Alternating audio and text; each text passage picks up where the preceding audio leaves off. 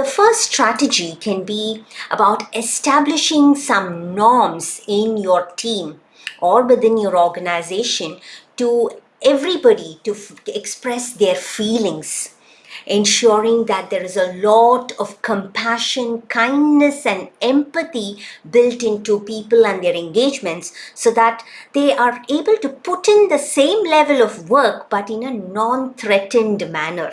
So there is a lot of kindness, compassion, and empathy that drives people, teams, and the organization forward. So one of the powerful quotes that I'm able to think about here is, stop being critically judgmental and start being compassionately curious. This is a norm or a culture that you could set within your team and your organization so that it can help address the issue of burnout. The second is all about ensuring that change is addressed through milestones. Typically, with a lot of change happening around us, people are already overwhelmed, and businesses do want growth, and I'm sure all of us want to showcase that growth, but it should be once again in a non-threatening manner. So ensure that you have milestones, there is clarity, there is a sense of connection to the work people are doing rather than feeling overwhelmed with the milestones and targets that they have to get to achieve. So be careful and start being more compassionate in the way you set your milestones. The third aspect is all about diversity. So this is where organizations need to step up.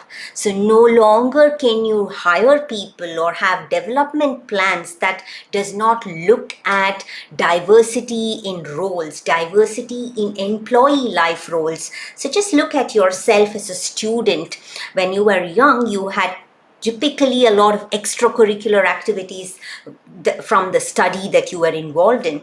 So that made you a better all-rounder and a better student. So in a typical manner, encourage people to have more diversity and in things other than just work. So learning is important, and it need not be always around work. It can be completely different. So organizations should start encouraging diversity in life roles when you hire or you develop your people, etc.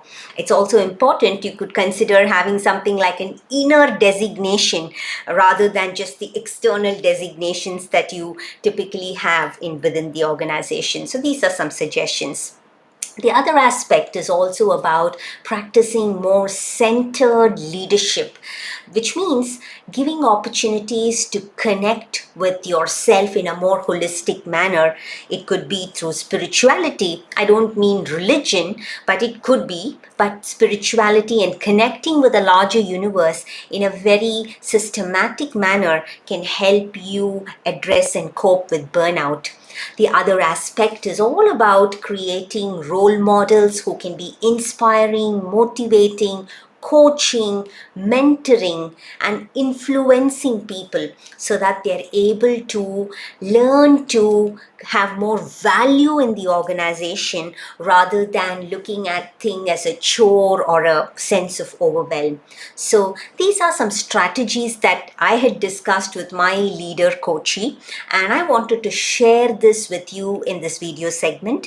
This is all about understanding who really experiences burnout and how can you build some mechanisms to address it.